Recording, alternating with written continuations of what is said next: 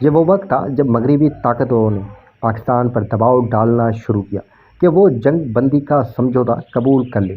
خود پاکستانی بھی مسئلہ کشمیر کو فوجی طاقت کے بجائے سفارتی طاقت سے حل کرنے کے حق میں تھا۔ اس موقع پر صدر پاکستان فیلڈ مارشل ایوب خان نے مناسب سمجھا کہ وہ اپنی دیرینہ حلیف اور دوست عوامی جمہوریہ چین کی وزیر اعظم چو این لائے سے براہ راست مشاورت کریں۔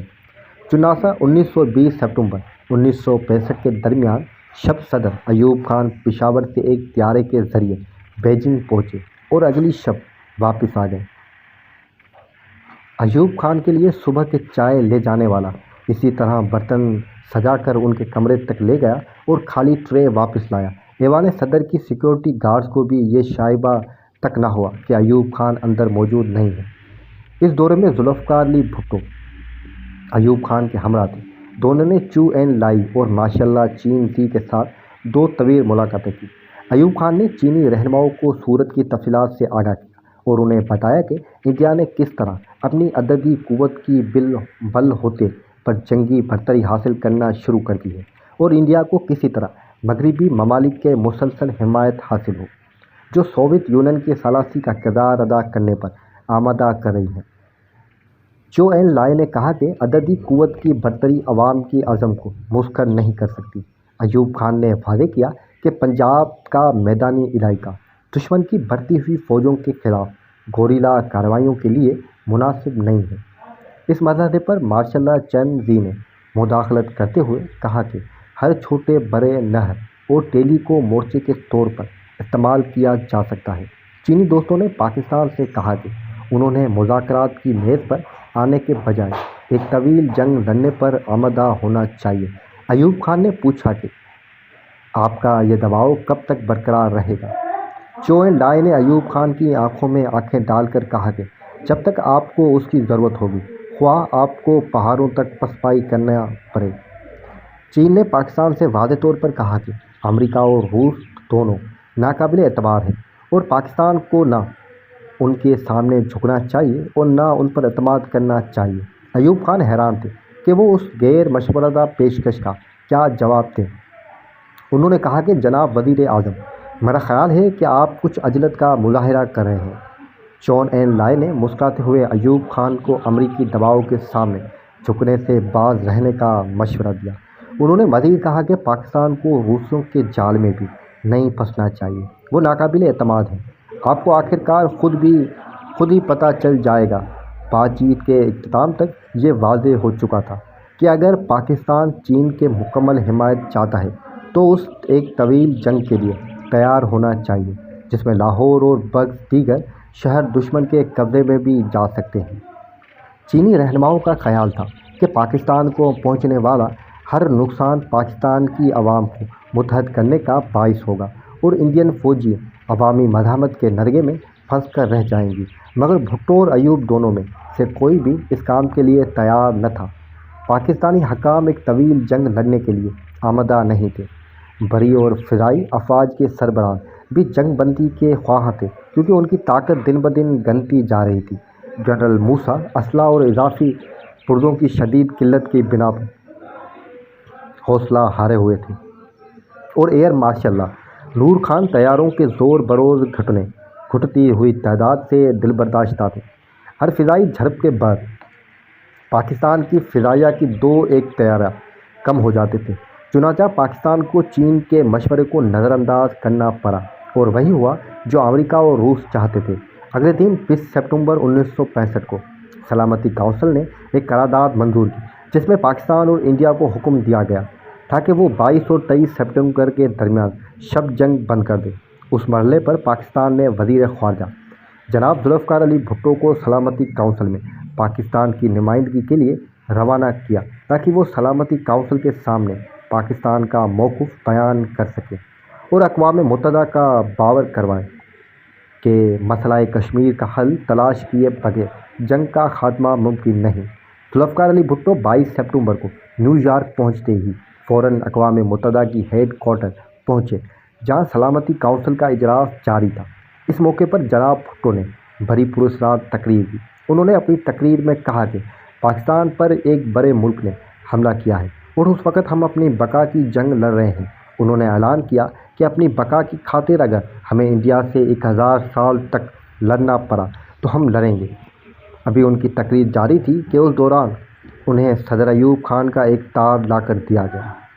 اس تار میں صدر ایوب خان نے اقوام متحدہ کی جنگ بندی کی قرارداد منظور کرنے پر آمدگی کا اظہار کیا تھا۔ ذوالفقار علی بھٹو نے اس تار کی مندرجات سلامتی کونسل کے ارکان کو پڑھ کر سنائی اور کہا کہ ان کا ملک جنگ بند کرنے پر آمادہ ہو گیا ہے، لیکن اس کے باوجود اقوام متحدہ کو مسئلہ کشمیر کا حل تلاش کرنا پڑے گا، ورنہ پاکستان اقوام متحدہ سے الگ ہو جائیں گی۔ اس جنگ کے دوران ہی سوویت یونین نے پاکستان اور انڈیا دونوں کو ایک پرامن معاہدے کا بندوبست کرنے کے لیے اپنی خدمات پیش کی۔ نومبر 1965 میں انڈین وزیر اعظم لال بہادر شاستری نے اعلان کیا کہ وہ پاکستان کے ساتھ بات چیت کرنے کے لیے سوویت یونین جانے کے لیے تیار ہیں، لیکن وہ کشمیر کے مسئلے کے علاوہ پاکستان اور انڈیا کے درمیان ہر نوع کے مسائل پر بات چیت کرنے کے لیے تیار ہیں۔ ادھر پاکستان وزیر خارجہ ذوالفقار علی بھٹو بھی ماسکو پہنچے اور انہوں نے کہا کہ اگرچہ شاستری کا بیان مثبت نہیں ہے، تاہم اس بیان میں مذاکرات پر آمدی کا عنصر پایا جاتا ہے۔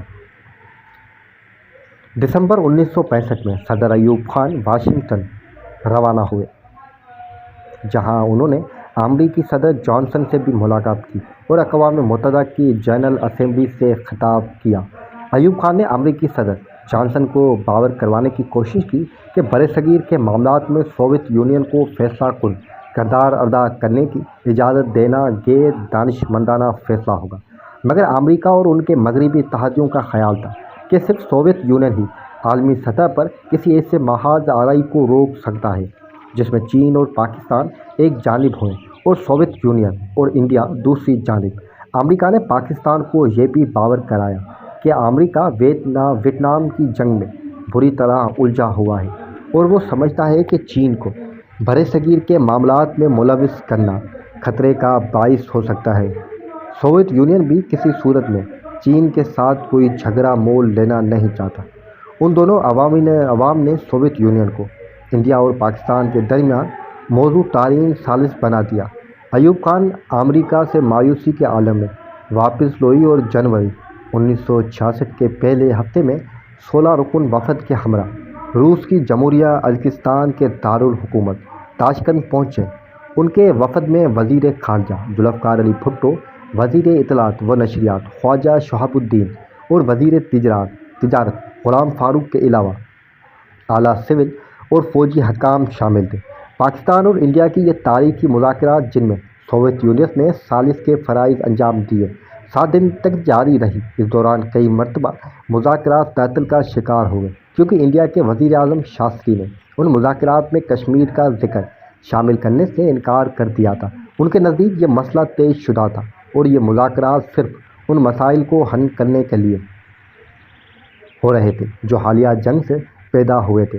پاکستانی وفد کا خیال تھا کہ ایسے حالات میں یہ مذاکرات بے مقصد ہوں گے اور پاکستان وفد کو کوئی معاہدے کے بغیر واپس لوٹ جانا چاہیے، مگر مذاکرات کے آخری ایام میں سوویت وزیر اعظم کوسیجین نے صدر ایوب خان سے مسلسل کئی ملاقات کی اور انہیں انڈیا کے ساتھ کسی نہ کسی سمجھوتے پر پہنچنے پر رضامند کر لیا۔